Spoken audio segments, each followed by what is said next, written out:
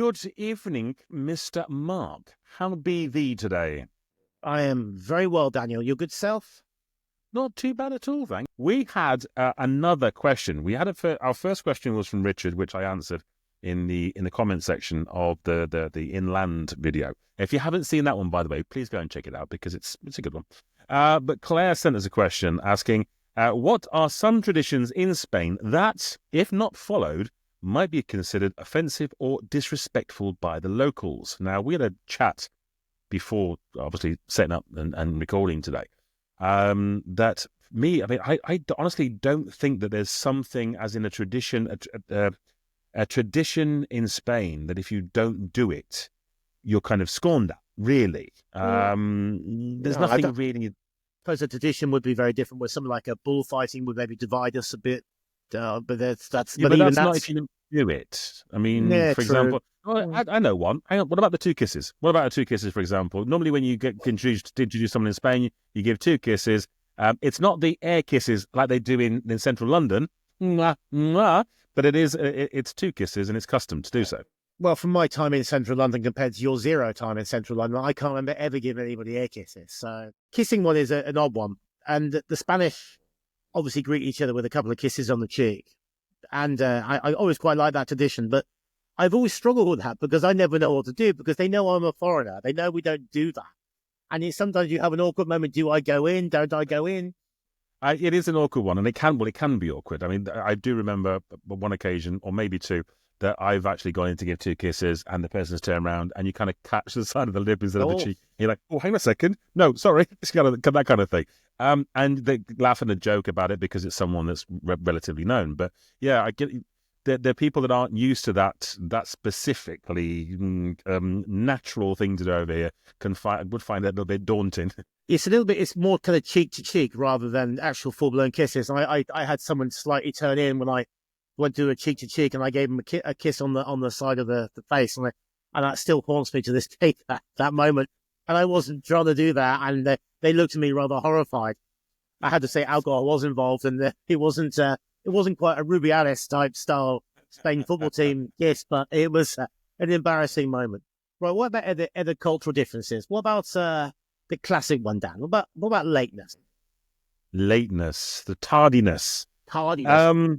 Yeah, it's one of those things, isn't it? I mean, we're always taught better to be early than to be late. We're told to be there on time and even get there a little bit early. The one that gets me and got me for a very long time is the fact that, especially in jobs and in the professional environment, is I had a team of people when I was working at the golf complex. I had a team of people. There were 17 marshals, and I had 6 people working in the shop, and you're doing the shifts and you're saying, okay, right, you're in this time 3 till 7 or 7 till 3, whatever, all of those, working it all out for everyone. And they get to you, as in the workplace position, at 5 past. And you go, but you're supposed to start at 7. They went, yeah, but I had to go and clock in and I had to sign in the thing. And I said, yeah, well, you do that before you get here. Here you start at 7. Oh, no, my time starts at 7. So I clock in at 7 because that's when my day starts. And that's kind of the mentality for a lot of people. Yeah, I always told my staff I expect them to turn up at least 5 minutes early. And they want to go use the toilet before they start work. They want to have a cigarette. They want to, put their coat where they need to put their coat. But I expect them to be ready for work exactly on the hour they start. And to be fair, I mean, my staff are pretty good at that in the end. So I think it all comes down to the environment you create. I think that I would say the Spanish get tarnished with that brush a little unfairly because it's definitely something that has changed a lot here, I think. What about another one? What about beer drinking? Binge drinking. Binge drinking. God, there's a go. That will be one for me, wouldn't it? I think that upsets the Spanish a bit because the British culture tends to be built around when they go out drinking is to basically go out and destroy yourself. Yeah. And people can knock away 3 or 4 pints over the space of an hour sometimes. Well, the Spanish culture, because they know their bars are open so late, and you can drink basically till 6 o'clock in the morning and some times of the year, that they spread out over a longer period of time. And they're always quite horrified by the fact that people are putting away drinks so quickly, especially in the afternoon. Now, don't get me wrong. The Spanish do drink a lot and they do get drunk. But by the time they're getting drunk and misbehaving, us Brits are tucked up in bed. No, I can vouch for that as well. There's been many a time that I've been out with family when I was married, and I'm still very good friends with them. And we have a day out, lunch out, and then it's should we go for a coffee somewhere? Coffee's got a brandy or it's got an amaretto with it. Oh, by Oh, the way, it's whiskey time now. Let's go for a whiskey somewhere. And let's go for and it continues into the night. And you go, hang on a second, right? If I was to go out on my own and with a group of lads, and it's pool night or whatever, it's 4 hours, it's condensed. You've done 8 pints in 4 hours, whereas this is 10 hours drinking, and it's a different mindset. So with regards to the way that the Spanish drink, yes, they do drink. The misconception of the siesta and not doing all day drinking. No, especially weekends. Forget about it. What else can we talk about with I think regards to? the meal time. I always the Spanish meal time is always a bit mystery. They kind of gear their lives around the hour of comer, be it lunchtime or the evening meal. Lunchtime they generally eat between 1:30 and 2:30, and in the evening between 9:30 and 10:30. Now, what always makes me laugh here, and I know the Spanish, as you know, the Spanish as I do, they always laugh at the Brits or the Northern Europeans, especially in the summer. They're all going out at like 7 o'clock or 6:30, all dressed up in their best clothes, looking for a restaurant that's open. It's still about 35, 36 degrees. Yeah. And they're like, what are they doing? Yeah, it takes some getting used to. The fact I still to this day there are times when having lunch at 2 o'clock, it wrecks my day. It just wrecks my day because all of a sudden about 3:30 the digestive system's kicking in, and I want to sit on the sofa and just do that, but I've still got to work. So hence the reason why lunches are sandwich orientated, and I get that more now. I understand that more that idea back in the UK of lunchtime quick sandwich, bag of crisps kind of thing, because anything too heavy would kind of destroy your day. There's an old saying which I only ever heard here, which is Spanish use it quite a lot, but they don't practice it that much, which is breakfast like a king, lunch like a prince, and dinner like a pauper. And that was the best way for your, basically, so you didn't put on too much weight. You had a really decent sized breakfast, which made your morning up. Hence the reason why a lot of people have massive sandwiches and a coffee and a brandy. And then move on to something lunch and then nighttime sandwich and things like that. That's almost the other way around now, isn't it? Because they tend to have like an evening meal like a king, and their breakfast is like a pork. I mean, I love the Spanish Exactly. breakfast. We got a couple of people staying with us at the moment. We took them for a traditional Spanish breakfast with the toast and tomato and oil. I love that. And it's the most amazing thing, but it's quite a simple thing. And what my two friends from the UK didn't realise, they go, why is this place so busy at 10 o'clock? Aren't these people at work? I go, no, they've stopped work to come out and have their breakfast. And I remember when I first came here I went to the bank, and there's a huge queue in the bank and two guys working. But suddenly at 10 o'clock, one bloke just gets up, puts his coat on, and he goes up for his breakfast. Closed. And we left the bank, and he sat at the cafe next door with his wife and kids. And you're like, what's going on? And the bank was only open at 2 o'clock. Getting better. It still happens in supermarkets today. It's getting to the shift change, so 2:30, 3 o'clock. Everyone's getting ready that they've been on the early shift. They're getting ready to go. You've got one till open. There are 16 people in the queue, and you've got one person counting the change. Yeah. But I've got to go. The manager doesn't say, for example, just stay an extra 15 minutes. Just let's clear this. And no, I've got to go. It's 7. It's 3 o'clock. I've got to go. Oh, I think that's another thing that's changing, because I mean, one of my biggest criticism here with the way the working day is done here, that they still have those hours where businesses are shut between, say, 1:30 and 4:30, and the working day here is a long old day, because they can start at 8:30, 9 o'clock, work through to 1:30, then they're back again at 4:30, working sometimes to 8:30, 9 o'clock. So the whole day is taken up by the job, even though there's a 2 or 3 hour break in the middle. But knowing where I go to the gym, for example, and a few people I do know, shops are now starting, or businesses are starting to stay open all day and bring someone in early, bring someone in halfway through the day. Whereas before, it was just bring everybody in at this time, everybody goes at this time, and everybody goes back at this time, and everybody goes again.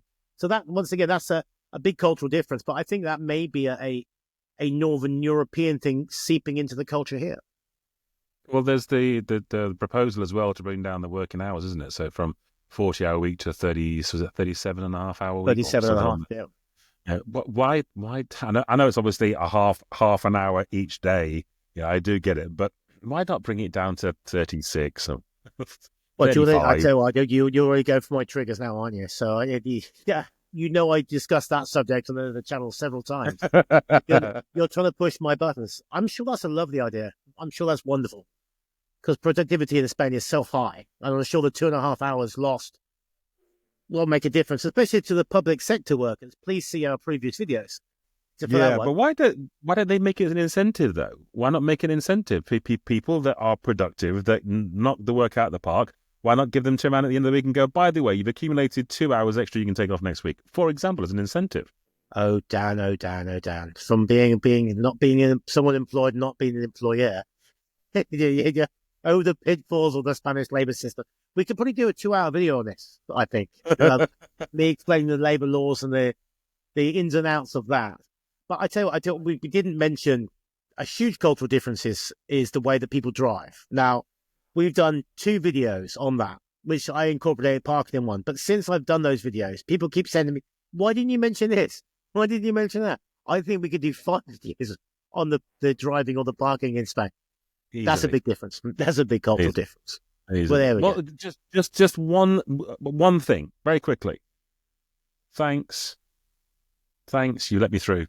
Thanks. Yeah. Just that.